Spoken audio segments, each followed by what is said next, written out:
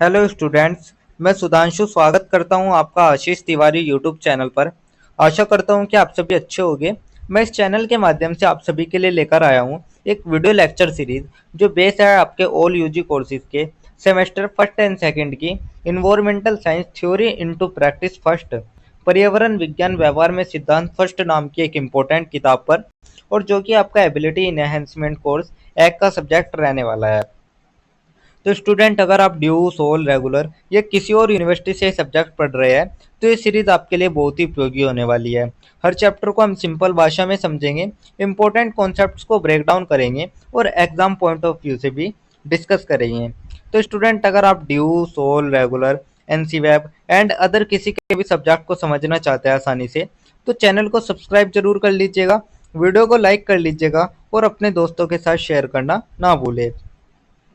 And soul से related daily updates के लिए आप सभी हमारा व्हाट्सएप चैनल फॉलो कर लीजिएगा। तो चलिए शुरू करते हैं। मैं आपका स्वागत करता हूं ऑल यूजी कोर्सेज के फर्स्ट और सेकंड सेमेस्टर की environmental science theory into practice first नाम की इम्पोर्टेंट किताब के चैप्टर नंबर 3 के इस वीडियो लेक्चर में। इससे पहले की वीडियो में हमने चैप्टर नंबर 2 के इम्पोर्टेंट टॉपिक डिस्कस किए थे, और आज की वीडियो में हम चैप्टर नंबर 3 पारिस्थितिकी तंत्र, जैव रासायनिक चक्र, कार्य, ऊर्जा प्रवाह और उत्पादकता के बारे में डिस्कस करेंगे। तो स्टूडेंट, क्या आपने कभी सोचा है कि हमारे खाने की थाली तक ऊर्जा कैसे पहुंचती है, या फिर मिट्टी में मौजूद पोषक तत्व बार बार कैसे लौट आते हैं? तो दोस्तों, यही रहस्य छुपा है पारिस्थितिकी तंत्र इकोसिस्टम के अद्भुत चक्रों और कार्यों में। तो आज हम समझेंगे जैव भू रासायनिक चक्र, खाद्य श्रृंखला, ऊर्जा प्रवाह और उत्पादकता के बारे में। तो चलिए इस चैप्टर की जो हम शुरुआत करते हैं वो सबसे पहले हमें छोटे से परिचय से कर लेते हैं। तो स्टूडेंट, आप कल्पना कीजिए एक जंगल में सूरज की रोशनी पेड़ों पर गिरती है। पेड़ भोजन बनाते हैं, खरगोश पत्ते खाते हैं, लोमड़ी खरगोश को खाती है, और अंत में जब ये जीव मरते हैं तो मिट्टी में ही मिल जाते हैं, अर्थात एक सर्कल के रूप में ये चलता है। तो यही है हमारा पारिस्थितिकी तंत्र संतुलन। तो चलिए सबसे पहले एक छोटा सा परिचय देख लेते हैं। परिचय में हम देखेंगे, इस भाग में बताया गया है कि किसी भी पारिस्थितिकी तंत्र इकोसिस्टम में विभिन्न जैविक और अजैविक घटक मिलकर किस तरह से एक संतुलित व्यवस्था बनाते हैं। इसमें ऊर्जा प्रवाह, पोषक तत्व चक्र, खाद्य श्रृंखलाएं आदि मिलकर एक सतत जीवन चक्र बनाते हैं। तो ये जो हमारा पारिस्थितिकी तंत्र है, पारिस्थितिक संतुलन वही है जहां ऊर्जा प्रवाह, पोषक तत्व और खाद्य श्रृंखलाएं मिलकर जीवन का चक्र चलाते हैं। उसको ही हम पारिस्थितिक संतुलन कहते हैं। तो ये तो हमारा एक छोटा सा परिचय हो गया। परिचय के बाद जो हमारा नेक्स्ट टॉपिक आता है वो हमारा आता है जैव भू रासायनिक चक्र। तो अब हम बात कर लेते हैं जैव भू रासायनिक चक्र के बारे में। ये चक्र वो प्रक्रियाएं हैं जिनमें पोषक तत्व जैसे कार्बन, नाइट्रोजन, ऑक्सीजन, फास्फोरस आदि पर्यावरण में घूमते रहते हैं और सजीवों को आवश्यक ऊर्जा व तत्व प्रदान करते हैं। तो पोषक तत्व जैसे कि कार्बन, ऑक्सीजन, नाइट्रोजन और फास्फोरस हमेशा एक चक्र के रूप में घूमते रहते हैं। तो ये हमारे कई प्रकार के होते हैं। तो सबसे पहले इसमें हम देख लेते हैं वायुमंडलीय पोषक चक्र। तो अब हम सबसे पहले देखेंगे वायुमंडलीय पोषक चक्र। तो जैसे कि आप देख सकते हैं, वायुमंडलीय पोषक चक्र में हमारा जो सबसे पहला आता है वो हमारा कार्बन चक्र आता है। तो कार्बन चक्र पौधे प्रकाश संश्लेषण के जरिए CO2 लेते हैं और जीव इसका उपयोग करके ऊर्जा बनाते हैं। मरने के बाद यह कार्बन फिर वातावरण में लौट आता है। तो जो पौधे होते हैं वे प्रकाश संश्लेषण से CO2 लेते हैं, कार्बन डाइऑक्साइड लेते हैं और भोजन को बनाते हैं। फिर जानवर इसे खाते हैं और सांस लेकर कार्बन डाइ फिर वातावरण में लौटा देते हैं। तो यह वैसे ही है जैसे बैंक से लिया गया पैसा खर्च होता है और फिर बैंक में ही लौट आता है। तो यही है हमारा कार्बन चक्र, आप इसमें भी समझ सकते हैं। तो यही हमारा कार्बन चक्र था। इसके बाद जो हमारा नेक्स्ट पोषक चक्र आता है वायुमंडलीय का, वो हमारा आता है ऑक्सीजन चक्र। तो अब हम ऑक्सीजन चक्र समझ लेते हैं। ऑक्सीजन साइकिल, पौधे ऑक्सीजन बनाते हैं, सजीव इसे श्वसन में उपयोग करते हैं, फिर कार्बन डाइऑक्साइड वापस वातावरण में जाती है। तो ऑक्सीजन चक्र में पहले जो पौधे हैं वे ऑक्सीजन बनाएंगे, फिर जीव जंतु इससे श्वसन में उपयोग करेंगे और फिर CO2 वापस वातावरण में चली जाएगी। तो यही था हमारा प्रकृति में ऑक्सीजन चक्र, आप इसके माध्यम से भी समझ सकते हैं। ये हमारा ऑक्सीजन चक्र है। तो यही थे हमारे वायुमंडलीय पोषक चक्र, जिसमें हमने कार्बन चक्र देखा और ऑक्सीजन चक्र देखा। तीसरा जो हमारा आता है, दूसरा जो हमारा आता है वो हमारा आता है एडेफिक पोषक तत्व चक्र। तो अब हम एडेफिक पोषक चक्र तत्व चक्र देख लेते हैं, जिसमें हमारा आता है नाइट्रोजन चक्र। तो नाइट्रोजन चक्र में हम देखेंगे नाइट्रोजन वायुमंडल में सबसे अधिक मात्रा में होती है, लेकिन उपयोगी रूप में होती है। जीवाणु इसे नाइट्रेट या अमोनिया में बदलते हैं, जिससे पौधे इसे उपयोग कर पाते हैं। तो जो नाइट्रोजन चक्र है उसमें जो हवा है, उसमें हवा में 78%, तो हवा में 78% नाइट्रोजन है, लेकिन वो उपयोगी नहीं होती। तो मिट्टी के जीवाणु इसे नाइट्रेट और अमोनिया में बदलते हैं, पौधे इसे लेते हैं, फिर पौधे से जानवर पौधों से इन्हें ले लेते हैं। तो जैसे कच्चे सोने को गहने में बदलकर इस्तेमाल किया जा सकता है, वैसे ही नाइट्रोजन को जीवाणु उपयोगी रूप में ही बदलते हैं। तो यही था हमारा एडेफिक पोषक तत्व चक्र, जिसमें हमने हमारा नाइट्रोजन चक्र देखा। ये हमारा नाइट्रोजन चक्र है, जिसको आप देख सकते हैं। तो यही थे हमारे जो जैव भू रासायनिक चक्र थे। यही हमारे एक वायुमंडलीय पोषक चक्र था, जिसमें कार्बन चक्र और ऑक्सीजन चक्र था। दूसरा हमारा एडेफिक पोषक तत्व चक्र था, जिसमें नाइट्रोजन चक्र था। तो इसके बाद जो हमारा नेक्स्ट टॉपिक आता है वो हमारा कार्य आता है। तो अब हम इनके कार्य देख लेते हैं, जिसमें हमारा सबसे पहला आता है फूड चेन अर्थात खाद्य श्रृंखला का। तो खाद्य श्रृंखला दर्शाती है कि ऊर्जा कैसे एक जीव से दूसरे जीव तक स्थानांतरित होती है। उदाहरण के लिए पहले घास, उसके बाद खरगोश, उसके बाद लोमड़ी। तो ऊर्जा कैसे एक जीव से दूसरे तक जाती है, यही है हमारी खाद्य श्रृंखला। जैसे कि पहले हमारा घास होता है, फिर खरगोश घास को खाता है, फिर लोमड़ी खरगोश को खाती है। तो यही हमारी खाद्य श्रृंखला है, जिसमें सबसे नीचे घास रहता है, फिर हमारे कुछ शाकाहारी जानवर रहते हैं जिनमें जो घास को खाते हैं, फिर उनसे ऊपर मांसाहारी होते हैं जो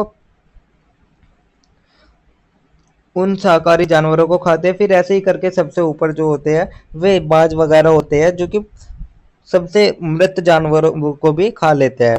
तो इसे आप रेलवे की बोगियों की तरह समझिए, एक से दूसरे तक जुड़ी रहती है। अगर बीच की एक बोगी हट जाए तो पूरी ट्रेन ही रुक जाएगी। तो यही थी हमारी खाद्य श्रृंखला। दूसरा जो कार्य आता है वो हमारा आता है खाद्य जाल का, फूड वेब का। तो अब हम खाद्य जाल देख लेते हैं। जब एक जीव अनेक जीवों द्वारा खाया जाता है और वो कई जीवों को खाता है, तो यह एक जाल बन जाता है। यह पारिस्थितिक तंत्र की जटिलता को दर्शाता है। तो जो फूड वेब है, ये प्रकृति में सिर्फ एक सीधी लाइन नहीं होती, बल्कि जाल जैसे एक सिस्टम होता है। एक खरगोश घास खाता है, लेकिन वह कई शिकारी जीवों का शिकार भी बन सकता है। तो यही फूड वेब परिस्थिति को स्थिर और जटिल बनाता है। तो यही हमारा फूड वेब है। जैसे कि आप देख सकते हैं कि जो हमारा खरगोश है, जो हमारा रैबिट है, हमारे रैबिट को आप कोई भी खा सकता है, या तो डायरेक्ट लायन भी खा सकता है या स्नेक भी खा सकता है।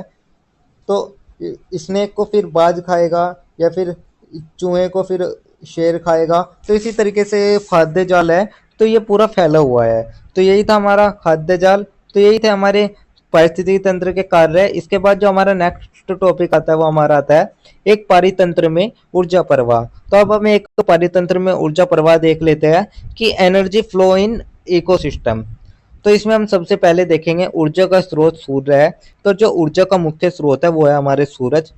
तो पौधे सूर्य की ऊर्जा से भोजन बनाते हैं। उत्पादक फिर यह ऊर्जा प्राथमिक उपभोक्ताओं, द्वितीयक तृतीयक उपभोक्ताओं तक जाती है।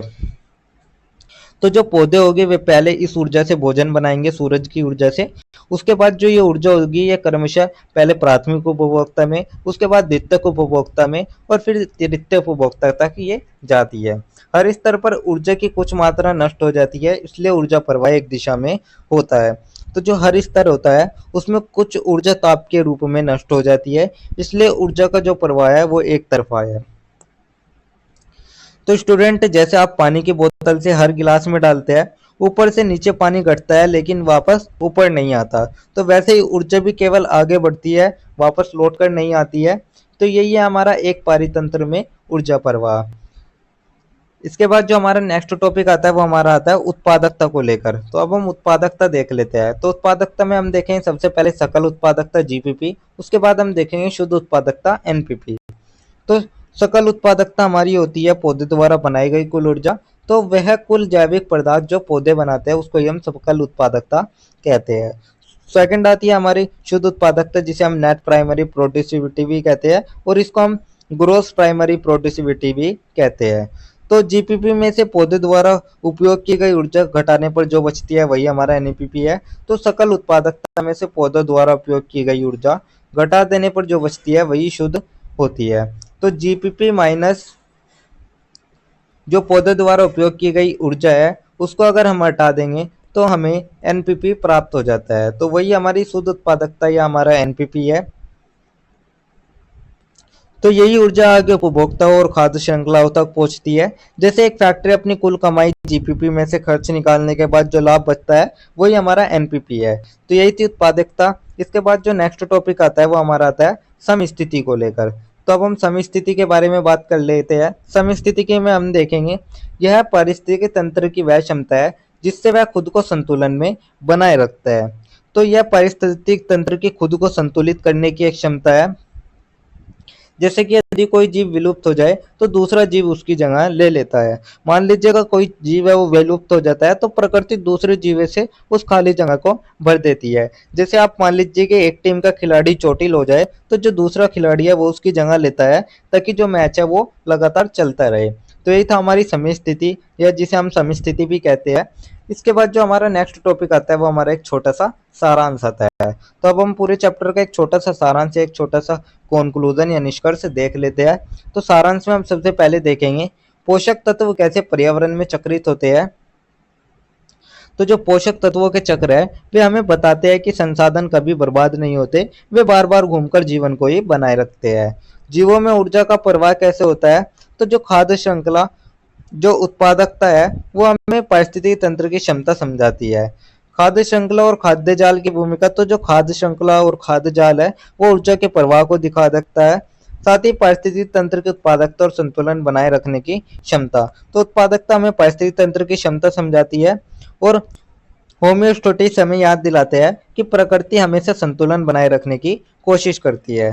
तो स्टूडेंट पारिस्थितिकी तंत्र एक जादुई चक्र है। अगर हम इसे समझेंगे और बचाएंगे तभी हमारी जो पृथ्वी पर आने वाली पीढ़ियां है उनके लिए ये सुरक्षित रहेगा। तो यही था हमारा थर्ड चैप्टर जिसके ये इंपॉर्टेंट टॉपिक्स मैंने आपको शॉर्ट्स में एक्सप्लेन कर दिए हैं। एंड अगर किसी स्टूडेंट को ये पीडीएफ या नोट्स चाहिए होंगे तो आप सभी हमारा टेलीग्राम चैनल को ज्वाइन कर लीजिएगा। वहाँ आपको ये पीडीएफ या नोट्स मिल जाएंगे। एंड अगर किसी भी स्टूडेंट का किसी भी तरह का कोई डाउट या कोई भी क्वेरी रहती है तो आप हमारे कमेंट सेक्शन में या फिर इंस्टा पेज को फॉलो करके भी पूछ सकते हैं। डेली अपडेट्स के लिए आप सभी हमारा व्हाट्सअप चैनल फॉलो कर लीजिएगा। एंड अगर आपको ये लेक्चर उपयोगी लगा तो वीडियो को लाइक कर लीजिएगा, चैनल को सब्सक्राइब कर लीजिएगा और अगले अध्याय के लिए तैयार रहिएगा जहां हम बात करेंगे हमारे नेक्स्ट चैप्टर के बारे में, चैप्टर नंबर 4 के बारे में, जिसमें हम पारिस्थितिकी तंत्र प्रकार और सेवाएं के रूप में देखेंगे। तो आप सभी का बहुत बहुत धन्यवाद। आपका दिन शुभ रहे।